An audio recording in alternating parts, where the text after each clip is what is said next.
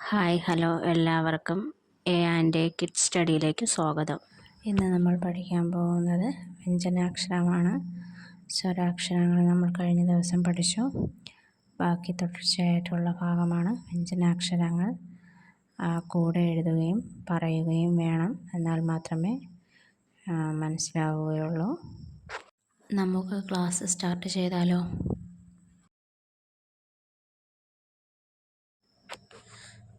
ക എഴുതുന്നതാണ്. ഇങ്ങനെ ശ്രദ്ധിച്ച് നോക്കി എഴുതാം. അടുത്തത് ഖ, ഖ, ഗ, ഖ, ങ, ലാസ്റ്റത്തത് ങ. ഖ, ഖ, ഗ, ഘ, ങ.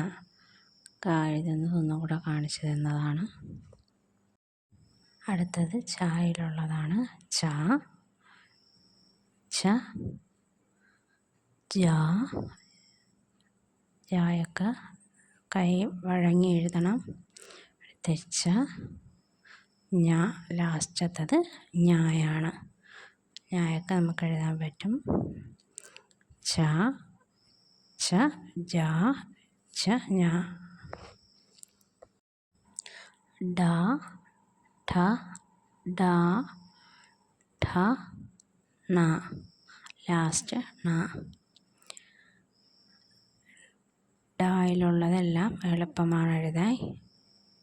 അടുത്തത് ത, ത, ത,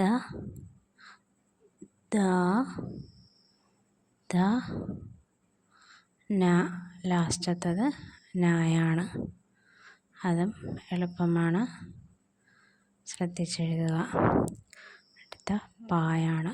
പ, ഫ, ബ, ഫ, മ, ലാസ്റ്റ് മ. മായൊക്കെ ശ്രദ്ധിച്ചെഴുതണം, ശകലം പാടുള്ളതാണ്. ലാസ്റ്റ് യാ, യാ.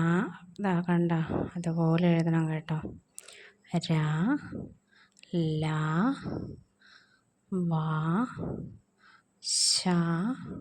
ഷായൊക്കെ നോക്കി എഴുതണേ. ഷ, സ,